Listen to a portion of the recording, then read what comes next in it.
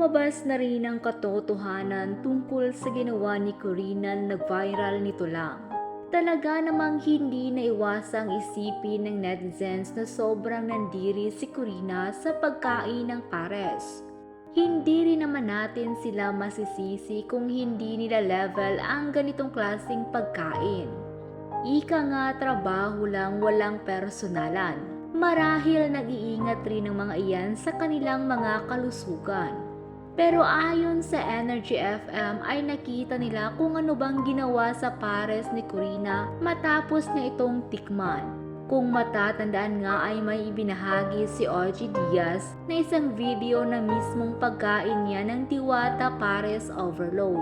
Matapos kasi umano siyang mabash ng ilan ng maisapubliko niya, ang umano'y komento ng kanyang kaibigan na una nang nakakain ng pinag-uusapang pares ni Diwata. Ayon kasi sa kanyang kaibigan, hindi raw ito pasok sa kanyang panlasa.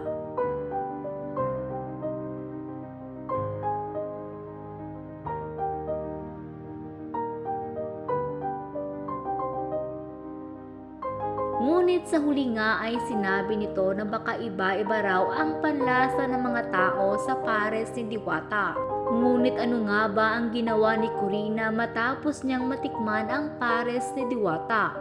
Totoo nga bang hindi maitago ni Corina ang pandidiri sa binibentang pares ni Diwata?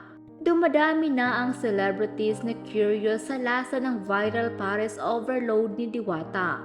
Maging ang veteran broadcaster na si Corina Sanchez ay dumalaw sa kanya. Ngunit ang pagbisita nga na ito ni Corina ay may napansin ng mga netizens. Naibahagi nga ng Energy FM 106.7 ang napansin ng mga netizens habang kumakain si Corina ng pares ni Diwata.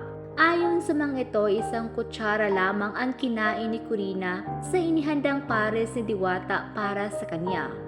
Isang kutsarang kanin at isang pirasong laman ng pares lamang nga ang sinubo nito.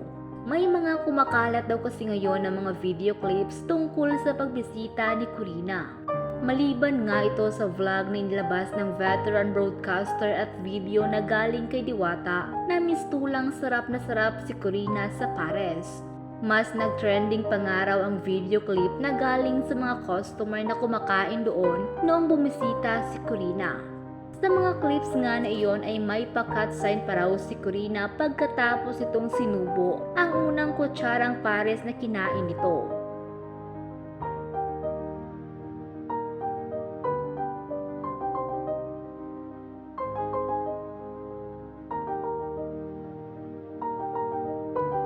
Ayon nga raw sa ibang netizens ay parang nag-iinarte daw si Corina. Ang ilan naman daw sa mga netizens ang sinasabing for the content lamang ang pagbisita ni Corina kay Diwata.